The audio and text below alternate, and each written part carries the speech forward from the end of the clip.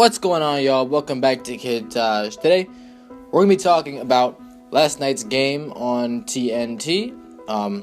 Yeah, you probably know what it is by now based on the title, but we're going to talk about that in a second. Before I get into this, I just want to say, if you enjoyed, please leave a like, comment idea down below, subscribe if you're new, and yeah, let's get right into it. So basically, there's an interesting phenomenon here, and as a Bulls fan, this video just seems so necessary.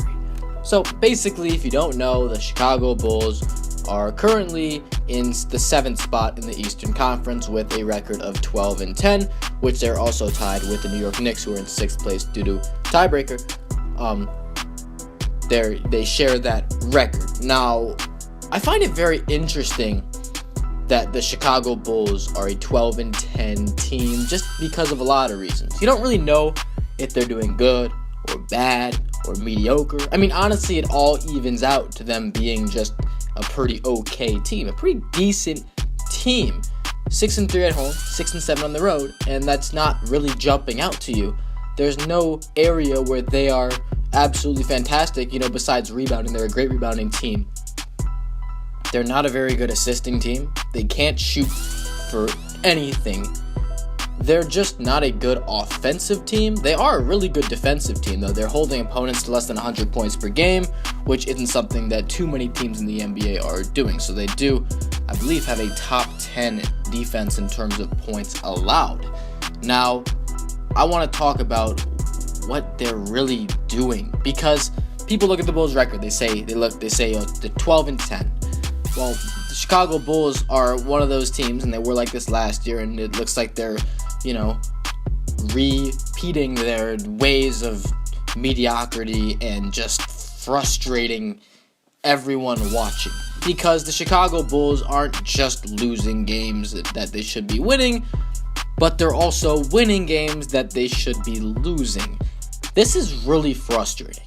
And if you've ever been a fan of a team like this, you would know how I feel as a Bulls fan.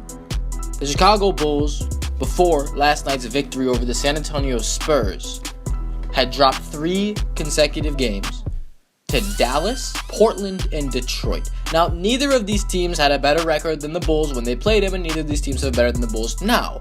However, they dropped all 3 of those games. Now, Portland and Detroit, don't get me wrong, those teams can play really well on certain nights. Those teams are probably playoff teams. Dallas, not so much. The Bulls took a 25-point beating from the Dallas Mavericks, which just didn't seem right, especially when it's coming the day after they defeated the Eastern Conference first seed and defending champs Cleveland Cavaliers 111-105 on Friday, December 2nd. They fended off LeBron James, who put up 27-13 assists, and it still couldn't shake the fact that the Bulls just played a great team game. Wade had a huge game going up against LeBron, Rondo a triple-double, and Jimmy Butler had 26, 8, and 6. Now, why this doesn't make sense is because you beat Cleveland and San Antonio. San Antonio, by the way, they were 13-0 on the road before last night when they lost their first road game of the season. The Spurs, as great of a team as they are, apparently hadn't been playing. The record was, better than they were. They weren't winning games by a lot. Their point differential wasn't very good, and they were bound to drop one of these games on the road just because they've been playing sloppy. They'd have to come back in fourth quarters. And a win against the Bulls would have tied the Golden State Warriors for the longest road game winning streak to start a season. They went 14-0. The Warriors did to start last season before they dropped their 25th game of the season to the Milwaukee Bucks.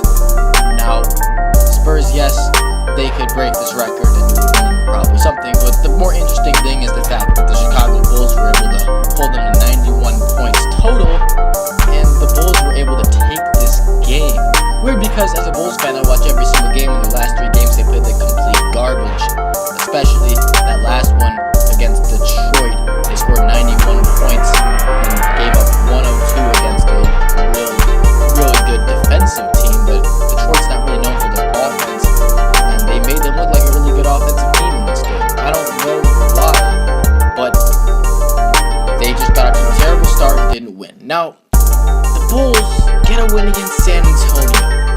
San Antonio is a great team. Cleveland is a great team, but it just doesn't mean anything to me because I know this is what the Bulls do. I mean, coming into this game, the Bulls had been pretty much on their game. I mean, they hadn't really been doing this that much because they beat the bad teams to start off this season. They lost to the Clippers, which makes sense for any team to lose to the Clippers, who were rolling with the Clippers. They've also been playing really badly. But I want to talk about this last night's game against San Antonio. This is really the blueprint for how the Bulls should approach games. Now, Jimmy Butler had a bad game. He actually didn't even score in the first half, and he only finished with 13, breaking his streak of 15 straight 20-plus point games. He'd been playing exceptional at this point, but Kawhi Leonard's defense is just something that is in another dimension. I mean, this defense that Kawhi Leonard is playing, it's not really fair. Jimmy Butler couldn't really do anything until the second half. Kawhi Leonard had himself a nice game with 24 points, but Rajon Rondo was 1 assist shy of a triple-double in this one. You see, you notice a little trend against the two best teams the Bulls have played. Rondo has either had a triple-double or been 1 assist shy of a triple-double. Hey, it's kind of funny because he's had 2 points and 5 turnovers against Dallas, also 2 assists. Yeah, great game there, and we lost by 25, so Rondo's been kind of weird and annoying. But, you know, it just doesn't really make... I can say it doesn't make sense, but that just goes without saying. They play Miami, Minnesota, Milwaukee, Detroit, Washington. Those are their next 6 games. Those are teams that they can definitely beat or they could definitely lose to. Every single one of them.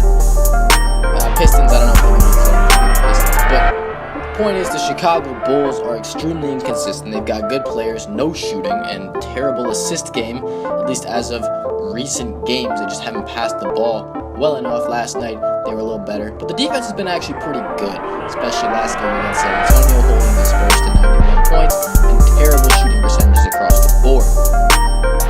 And against Kawhi Leonard, a premier superstar in this league, Jimmy Butler at least held us on the defensive end and didn't let him go too crazy and really lead this team to a victory at the end of the game, which they're actually really good because they came back, they were down a lot more than 4 throughout this game. But San Antonio Spurs have been rolling. They have been a great team this season, not in terms of point differential or how much they're winning by, which is point differential, but I mean, they've been great in terms of record, closing out games. That's what matters, right? Because in the playoffs, you're going to have close games, and this team can definitely hold their own with any team in the league, but they can get the job and they can finish it off, and they'll definitely be a playoff team to watch out for, and a championship contender to say the least. The Chicago Bulls, not so much. What this tells me about the Chicago Bulls is that if they make the playoffs, they could make some serious noise, and that's because they play great against great teams. That's a perk that will help you in the playoffs, because the playoffs only have good teams. You don't see any scrub-ass teams in the playoffs like the Dallas Mavericks. Sorry, Dallas Mavericks fans, but it's just not working this year. But, you know, you're going to see good teams. And if they get far enough, they'll see great teams. And they'll bring their A game. And they actually have a shot at taking down one of those great teams in the playoffs, whether it be the Raptors or the Boston Celtics or something like that. I don't know. I'm not saying it's going to happen, but anything's possible with the player tandem that they have. They got some great players that can get up for some big games and that don't always get up for not good games. So if the Bulls don't make the playoffs, it's a terrible showing because you know they definitely could have, but they just didn't want to try, and Rajon Rondo is just too inconsistent to play good against bad teams. So that's just, you gotta wait it out, because it's not like we were seeing this to a certain degree, you know, for the first 15 games of the year, but just in this recent stretch, they've been that type of team that just drops games to bad teams, because they started off the season like pretty damn good. But, you know, a recent slump, and they haven't been that great team that they were early in the season. They got a relatively easy schedule. I'm not going to say easy because Milwaukee is a playoff team. They got 2 games against Milwaukee. Miami and Minnesota, those aren't good teams. They should be able to handle them. If they don't, that's just the same stuff that we're seeing early in this season already, and might become a problem. That's going to do it for this video. I was going to make a video about Paul George to the Pistons trade rumors, but apparently those were shot down by Stan Van Gundy. And yeah, that's going to do it for this video. If you enjoyed, please leave a like, comment, and idea down below. Subscribe if you're new. I'm out. Thanks for watching, y'all. Peace.